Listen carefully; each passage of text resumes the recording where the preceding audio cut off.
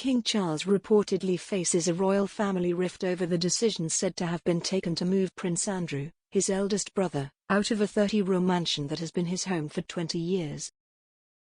The Duke of York is said to be under pressure to downsize from the Grade 2 listed Royal Lodge in Windsor Great Park, Berkshire, to the former home of Prince Harry and Meghan Markle, Frogmore Cottage.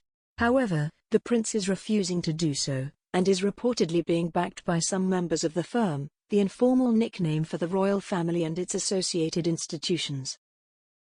A close associate of the Duke of York has said that he cannot be forced to vacate the premises because his name is on the lease with the Crown Estate, and not the royal family's.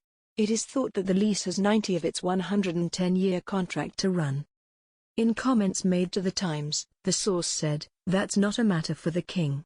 It's a matter for the Chancellor of the Exchequer. The only way you could get him to move out would be through an arrangement, he would have to agree."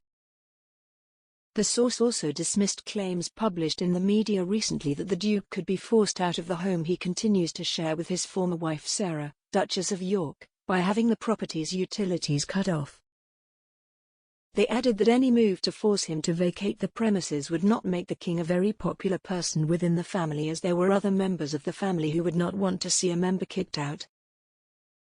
However, the costs of running the Royal Lodge may be a factor in forcing the issue one way or the other. According to the royal biographer Tom Bower, the upkeep of the mansion and its land amounts to around £1 million plus staffing costs.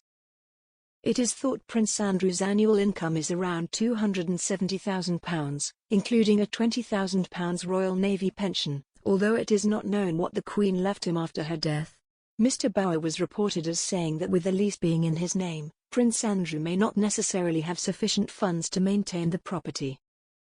All Crown leases have termination clauses, he said, for example, if you're not paying for upkeep in a way they think desirable.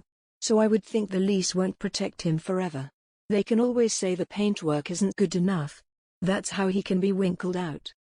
But the source close to the prince said, with him no longer involved in official royal duties, he would not require a great number of staff. What people don't understand is that this is a guy who doesn't drink, doesn't smoke, has never taken drugs, they said. He goes to bed early and he gets up early. He's very regimented.